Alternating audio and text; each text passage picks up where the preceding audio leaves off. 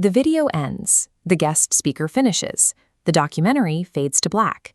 Then the teacher asks the inevitable question, so what do you actually remember? Some students freeze, staring into the abyss of a blank page. Others have furiously scribbled down verbatim quotes, acting like human tape recorders trying to catch every single word without processing what any of it means. This traditional approach to real-time note-taking creates an immediate cognitive barrier. When a student's brain is completely occupied with passively transcribing the last sentence they heard, it has zero bandwidth left to process the bigger picture of the one being spoken right now.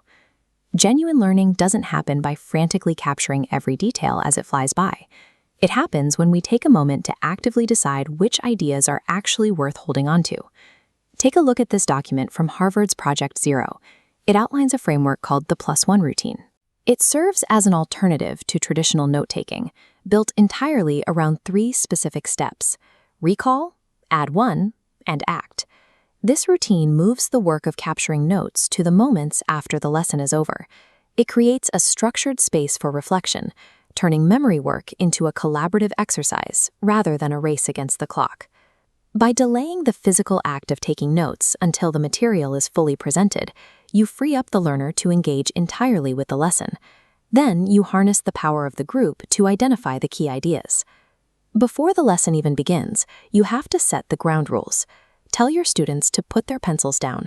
Assure them they will have full access to your slides or notes later.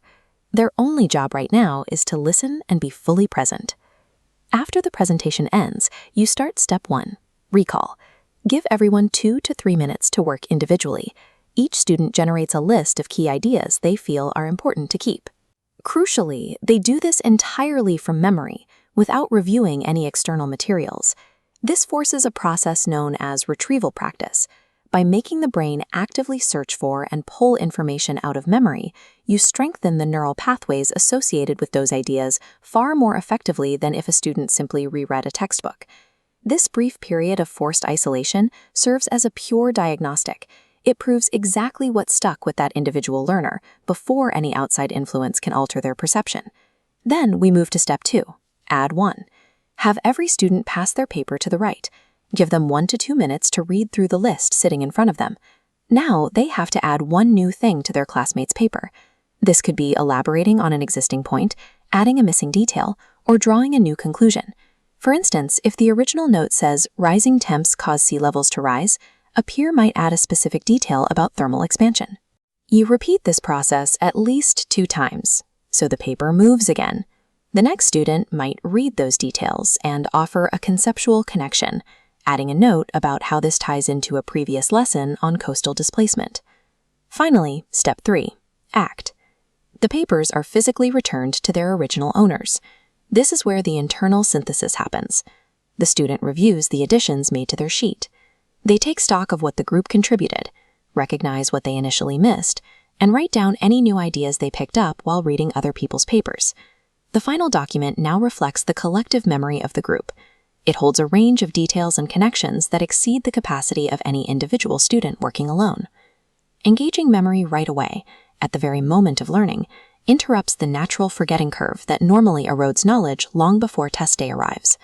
Furthermore, it relies on social elaboration. By prompting students to compare their initial thinking with their peers, the routine naturally expands their cognitive framing and fills in their individual blind spots. And there's a practical diagnostic benefit for the teacher, too. Reviewing these papers afterwards provides immediate, visible feedback on the entire class's comprehension, revealing what stuck and what puzzles remain. This process leverages fundamental learning principles, retrieval, elaboration, and social interaction, to help information stick and make the classroom feel like an active community of thinkers. If implementing this in your own classroom, keep 3 things in mind. First, keep it short. Bound the activity to 10 or 15 minutes post-lesson. Second, be versatile. This can replace traditional notes for almost any input: a dense lecture, an independent reading, a film screening, or a museum exhibit. Third, always debrief. Take a moment before the bell to ask the room, what did someone else add to your list that pushed your thinking? We often treat remembering as an anxious, lonely chore, where everyone acts as an isolated silo trying to hoard data. The +1 routine encourages students to stop the flow of transcription. decide for themselves what is important, and actively listen to the perspectives of their peers to build understanding together.